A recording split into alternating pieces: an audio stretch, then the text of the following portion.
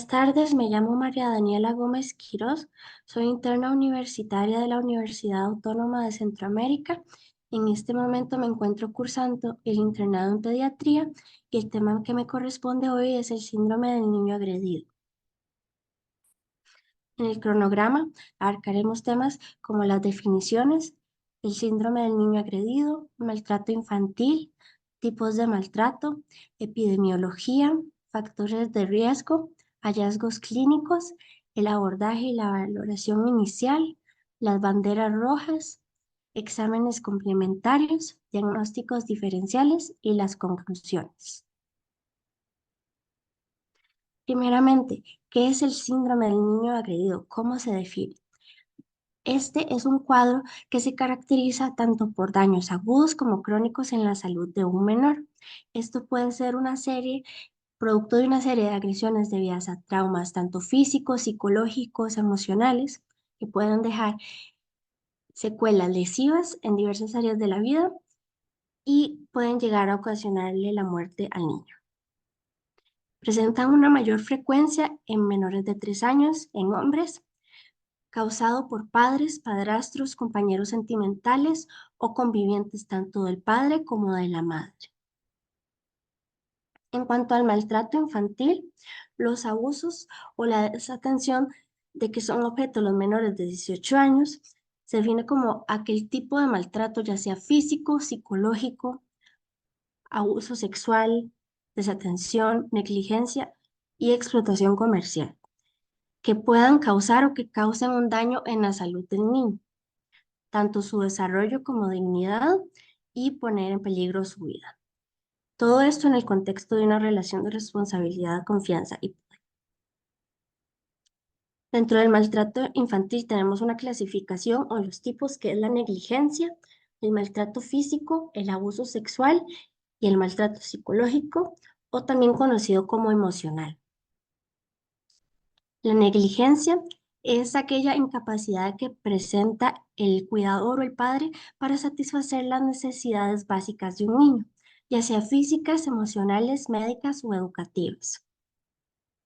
Esto se observa como que los cuidadores o los padres no proporcionan comida, un vestido adecuado, un refugio, mala supervisión o protección por parte de estos, niegan apoyo emocional, lesiones no tratadas a tiempo. En cuanto a la atención médica, en la atención preventiva puede haber un esquema de vacunación ya sea incompleto o del todo no presentarse, higiene y educación. En cuanto al abuso sexual, va a ser cualquier actividad sexual que involucre al niño y este es incapaz de dar su consentimiento. Presenta una incidencia máxima entre los 9 y 12 años. En cuanto a la etiología, se encuentran las relaciones sexuales, ya sea penetración oral, anal o vaginal, el abuso sexual, contacto genital sin penetración, exposición a los genitales del abusador, interacción sexual forzada y la exposición a material explícito, en este caso pornografía. Dentro de las características clínicas, siempre debe considerarse ya que en varios casos no hay signos visibles en cuanto al examen físico. Pueden haber cambios del comportamiento, el niño se tiende a deprimir, se tiende a aislar. También comportamientos que son indebidos sexuales para la edad del niño, infecciones urinarias de tracto urinario recurrente y puede haber signos y síntomas de enfermedades de transmisión sexual. En cuanto al maltrato psicológico, van a ser todas aquellas acciones y comportamientos por parte de los cuidadores que van a llegar a impactar negativamente en el niño. De hecho, que un 80% de las víctimas a sus 21 años cumplen criterios para al menos un trastorno psiquiátrico. En cuanto a la etiología, estos pueden llegar a ser desde insultos, intimidaciones, burlas, no reconocer los logros del niño, la ridiculización. En cuanto al maltrato físico, se va a definir como una lesión no accidental causada a un niño. Dentro del 40% de las muertes ocurren principalmente en menores de 1 año y el abusador tiende a ser el cuidador principal. Las lesiones van desde quemaduras con un patrón definido, ya sea con objeto, plancha o cigarrillo. Estas tienden a ser múltiples y también se encuentran las de tipo escaldadura. En cuanto al trauma cráneoencefálico infligido, está lo que es el síndrome del bebé sacudido y aquí también abarca lo que es el síndrome del niño maltratado, ya que se presentan lesiones en distintos estadios o distinta evolución. Una mnemotecnia útil es NET4, N para neck, E para ear, T para torso y 4 para todos aquellos menores de 4 años que presenten alguna contusión en estos lugares o que presenten cualquier tipo de contusión, pero que sean menores de 4 meses. Dentro de los datos epidemiológicos están las fracturas que de un 30 a un 55% son indicadores de maltrato infantil. De un 50 a un 69% de las fracturas son asociadas al maltrato infantil, principalmente en aquellos menores de un año. En el Hospital de Niños entre los años 2000 y 2012, 302 niños fueron ingresados por sospecha de abuso o maltrato infantil dentro de las edades de 1 a 4 años. Dentro de su mayor prevalencia fueron los hombres, un 24% de los padres o cuidadores en una encuesta realizada por el PANI en el año 2022 consideran que el castigo corporal es una manera efectiva de educar a sus hijos. Dentro de las víctimas, un 49% va de 1 a 14 años y dentro de los principales agresores, el primer puesto lo presenta la madre con un 58%, luego el padre, los padrastros y otros. Cuanto a los factores de riesgo del abusador, sería el desempleo, una baja clase socioeconómica, una baja escolaridad o no presentar escolaridad, abuso de sustancias, ya sea alcohol o drogas, antecedentes de abuso durante su infancia, violencia doméstica, problemas de pareja, padres primerizos y trastorno mental. ¿A qué me refiero con trastorno mental? Que no todos aquellos padres que presenten trastorno mental van a ser violentos o van a presentar o realizar algún tipo de abuso físico en sus hijos. Sin embargo, un padre que ya sea que presente un trastorno depresivo y este no esté tratado, no va a ser capaz de brindar los mismos cuidados necesarios que requiere su niño. En cuanto a las víctimas, están los menores de 4 años, ya sea que presenten una enfermedad crónica, algún tipo de malformación, discapacidad o limitación, el sexo masculino y el absentismo escolar. ¿Por qué? Porque si los niños tienden a faltar mucho a lo que es a la escuela o al colegio, en el lugar que casi que siempre van a encontrarse es en su casa. Por ende, van a estar más expuestos a lo que es este tipo de abuso. En cuanto a los hallazgos clínicos, para llevar un orden, lo dividí en lo que son piel y mucosas, lesiones óseas del sistema nervioso central, oftálmicas y viscerales. Dentro de las lesiones cutáneas están las contusiones, que ya voy a mostrar también en la siguiente diapositiva. Estas son simples o complejas. Las complejas pueden llegar a ser de una o más contusiones simples. Las laceraciones, quemaduras y mordeduras.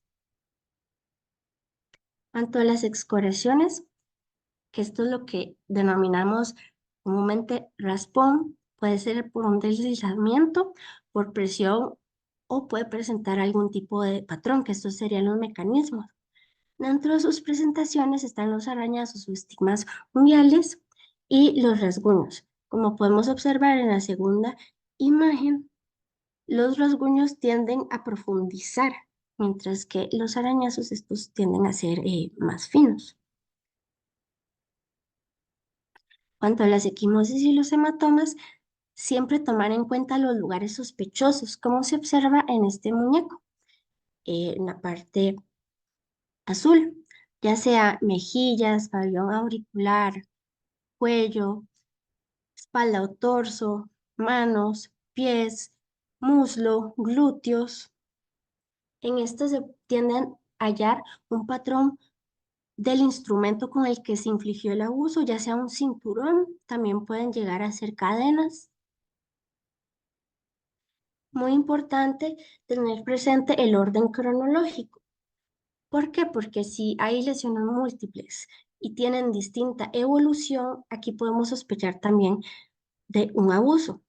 Entonces, por ejemplo, si el padre nos dice que el niño se cayó ayer y presenta múltiples lesiones y casi todas son, no sé, verdes o de color amarillo, podemos confirmar que no está concordando esa declaración del padre con lo que son los hallazgos en el examen físico. En cuanto a las mordeduras, están las causadas por animales y por personas. Cuanto a las de los animales, estas son puntiagudas, presentan un menor arco de tamaño y tienden a ser más profundas. De hecho, que como se observa en la imagen, tienden a desgarrar la piel. En cuanto a las mordeduras causadas por personas, presentan un mayor arco, mayor tamaño y una equimosis central. También es importante que muchos cuidadores tienden a atribuir dichas lesiones a alguna mascota que presenten en la casa. En cuanto a las quemaduras, estas tienden a ser ya sea en espalda, glúteos, muslos, manos y pies. Conservan las superficies flexoras. Como se ve en esta imagen, aquí arriba, se observa que se le está, eh, este es por medio de una inmersión, entonces, claro, hay resistencia por parte del niño, esto es de forma forzada, y por eso se presentan lo que son los patrones, ya sea en cebra o franjas, ya que al hacer esta flexión se protegen esas partes, como se observa en esta parte. Y también el patrón de media o guante, que este es simétrico y en las extremidades. Cabe destacar que estas son delimitadas. em, Quiere decir que tanto se separa bien lo que es el tejido, ya sea quemado y la piel sana, presentan un patrón uniforme y bien definido. Estas pueden ser causadas por medio de un objeto caliente y por medio de cigarrillos. De hecho, que aquí podemos sospechar de abuso. ¿Por qué? Porque son quemaduras ya más profundas. Con respecto a la cara, el cuero cabelludo y las mucosas, siempre buscar áreas de alopecia, ya sea por tracción, hematomas, quemaduras, escoriaciones también, cicatrices en rostro, labios, boca. Revisar los frenillos, que estos tienden a rasgarse con facilidad, ya sea por un golpe directo, principalmente por un puño en la cara, pérdida de piezas dentales sin alguna explicación lógica, laceración de cavidad bucal o algún tipo de infección. No olvidarse de revisar el pabellón auricular, ya sea que presente una equimosis o ruptura de la membrana timpánica, como se observa en la imagen. En cuanto a las lesiones óseas, llama la atención aquellas que son fracturas por bordes, ya sea metafisiares o epifisiares, como se observa aquí en la imagen. Fractura del fémur en aquellos menores de 1 año que todavía no deambulan. Fracturas de costillas posteriores y esto orienta más a una compresión. Fractura del cráneo, ya sea múltiples o complicadas. Fracturas incompletas, como se observa en esta imagen, son las de tallo verde o las llamadas en bucle o en balde y las fracturas en espiral, estas de abajo. En los menores de 1 año, de un 50 a un 69% de las fracturas se tienden a asociar a abuso. Las fracturas craneales van de un 27 a un 30%, las fracturas costales de un 71 a un 95%, las fracturas humerales con un 79% y finalmente las femorales con un 43 a un 60%. Siempre tomar en cuenta lo que es el patrón óseo, ya sea las múltiples fracturas con diferente evolución, la edad de las fracturas. ¿Por qué? Porque existen etapas, que esta consta de la etapa inflamatoria, donde ocurre un hematoma, ya viene la reparación, lo que es el callo blando, el callo duro y la remodelación. Entonces, debemos sospechar de abuso cuando en las radiografías podamos observar fracturas recientes y también diversos callos óseos. Un síndrome relevante es el síndrome del niño sacudido. Este es el trauma craneoencefálico infligido por la persona, ya sea encargada, padre, madre o cuidador. Y este tiende a ocurrir por un acto desesperado para calmar el llanto del niño. Por ende, se acude al niño de una forma violenta, provocándole lesiones, que estas pueden llegar inclusive hasta producir su muerte. Presenta una alta morbimortalidad. Los más afectados son los menores de 2 años. La causa más frecuente por trauma craneoencefálico grave es en lactantes menores de 1 año y 25 de estos pacientes mueren. Cuanto a la fisiopatología, cabe mencionar que el cerebro lo que hace es rebotar dentro del cráneo. Este se encuentra suspendido en el líquido cefalorraquídeo. Entonces, por medio de un mecanismo de rápida aceleración y desaceleración y o de rotación, va a haber una rasgadura de aquellas venas que llamamos puente, formándose un hematoma subdural. En aquellos menores de 2 años es importante ver aquella desproporción que existe entre la cabeza con respecto al cuerpo. Presenta un mayor tamaño. En cuanto a esto, también tiende a presentar problemas respiratorios, diapnea, hipoxia, edema, isquemia cerebral y esto lleva a daño axonal difuso, que muchas veces no tiende a no observarse, no documentarse en lo que son las imágenes, más que todo daño a nivel microscópico, pero sin embargo hay daño. Dentro de los hallazgos clínicos, todo va a depender del tiempo y de la fuerza con la que se sacudió al bebé. También va a presentar una historia inconsistente del cuidador. Las lesiones pueden ser apenas evidentes o totalmente ausentes. Puede presentar irritabilidad, letargo, convulsiones, vómitos, fracturas costales, lesiones viscerales. Sin embargo, hay una triada que son las hemorragias retinianas que están presentes en un 80%, en muchos de los casos de forma bilateral, el hematoma subdural y el edema cerebral difuso. A largo plazo, el niño va a presentar ya sea discapacidad visual en el habla o auditiva. Simplemente para recordar lo que es el hematoma subdural, que es por ruptura de las venas puente, y este se observa como una media luna. Mientras que el epidural, este tiende a ser por una ruptura de la arteria meningia media, principalmente por caídas, y presenta una forma biconvexa o de ojo, para no confundirlos.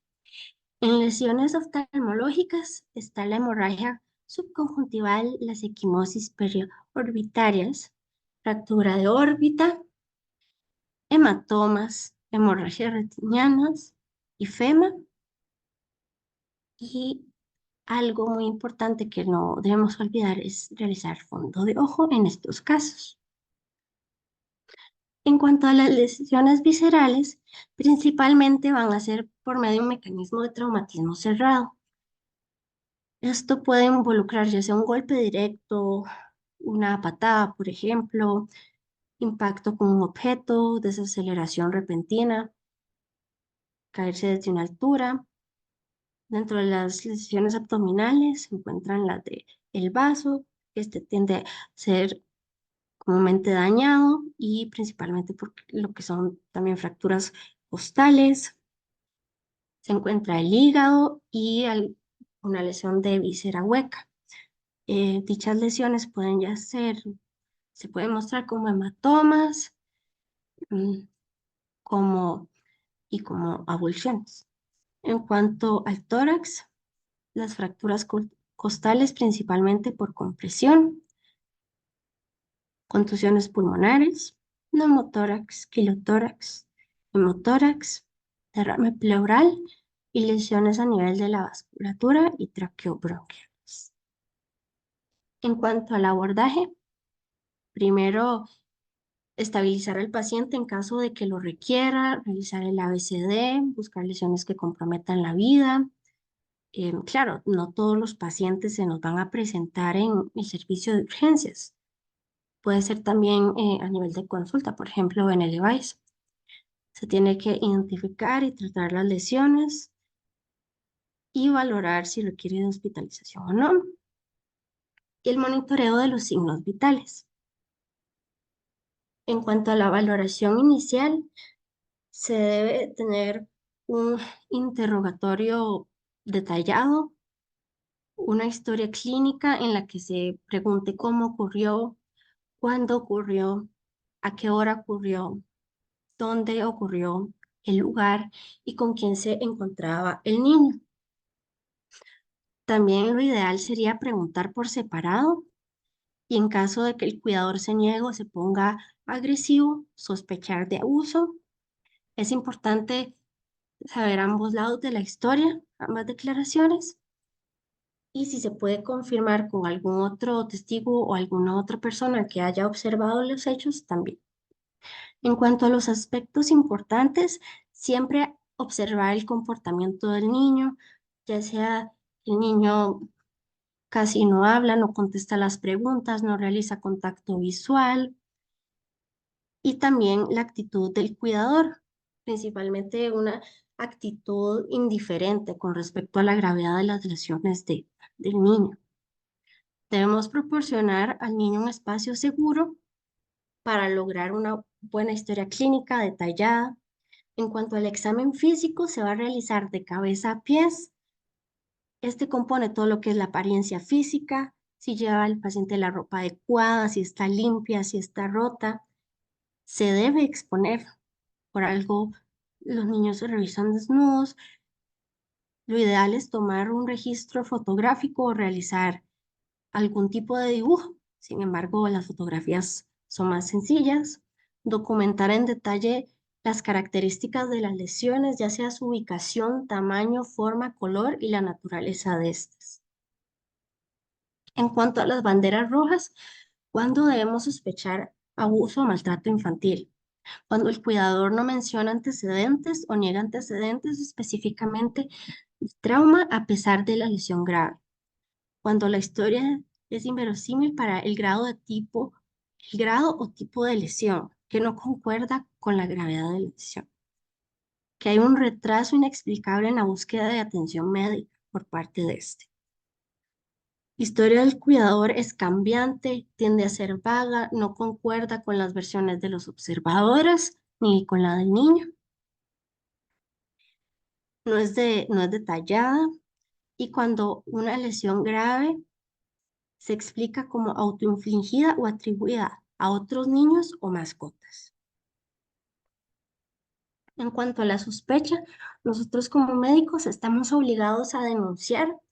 No necesariamente tenemos que ir a la fiscalía más cercana, sin embargo, se puede hacer una denuncia telefónica de forma anónima y documentar el abuso infantil. También acudir a lo que es las especialidades como pediatría, cirugía pediátrica, traumatología, psiquiatría y psicología, trabajo social y medicina legal. ¿Por qué? Porque este tiene que ser un trabajo multidisciplinario y esto va a llegar a dar un mejor abordaje En cuanto al diagnóstico, están los laboratorios. Cabe recalcar que no se le van a realizar todos estos laboratorios, todos los laboratorios dependen del examen físico, de los hallazgos y también deben tener una justificación.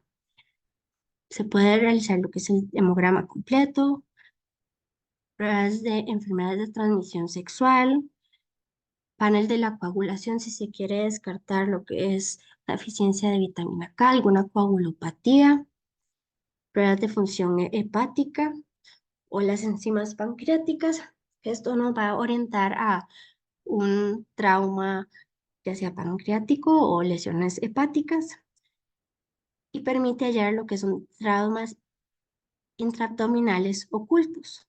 Claro que esto se lo vamos a realizar a los niños que presenten hematomas, equimosis a nivel de abdomen, o que presenten dolor abdominal, los electrolitos en caso de deshidratación y muy importante la toxicología en caso de sospechar envenenamiento, exposición a sustancias o mayor, y estos los que son más afectados o tienden a afectarse más son aquellos menores de 2 años.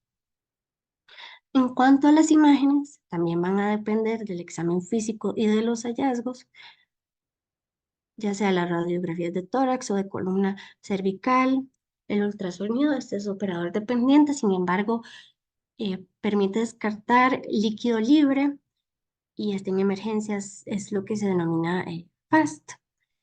El- la tomografía computarizada permite visualizar de una mejor forma las lesiones abdominales, por trauma cerrado, alguna perforación esofágica, trauma cráneoencefálico. También está la resonancia magnética, permite visualizar lo que son los tejidos blandos, sin embargo es más costosa. Y lo que son las radiografías, bueno, las imágenes de cuerpo completo, que esto sería skeletal survey, pero estas son indicadas en aquellos menores de 24 meses con una alta sospecha de abuso físico, con el fin de llegar a localizar lesiones ocultas, ya que un 29% de estos niños con el examen neurológico lo presentan normal, pero sí llegan a presentar estos hallazgos. Y no olvidarnos de lo que es el fondo de ojo también. Aquí dejo un abordaje general de lo que sería el paciente con trauma. En cuanto a los diagnósticos diferenciales, no confundir una quimosis con una melanocitosis dérmica congénita, que esta es la denominada ya mancha, conocida mejor como mancha mongólica. La característica es que esta no cambia de coloración con el tiempo. También tomar en cuenta vasculitis, coagulopatías o alguna deficiencia de vitamina K. En cuanto a las quemaduras, eh, está la dermatitis de contacto, en este caso grave, o el síndrome de piel escaldado por estafilococos.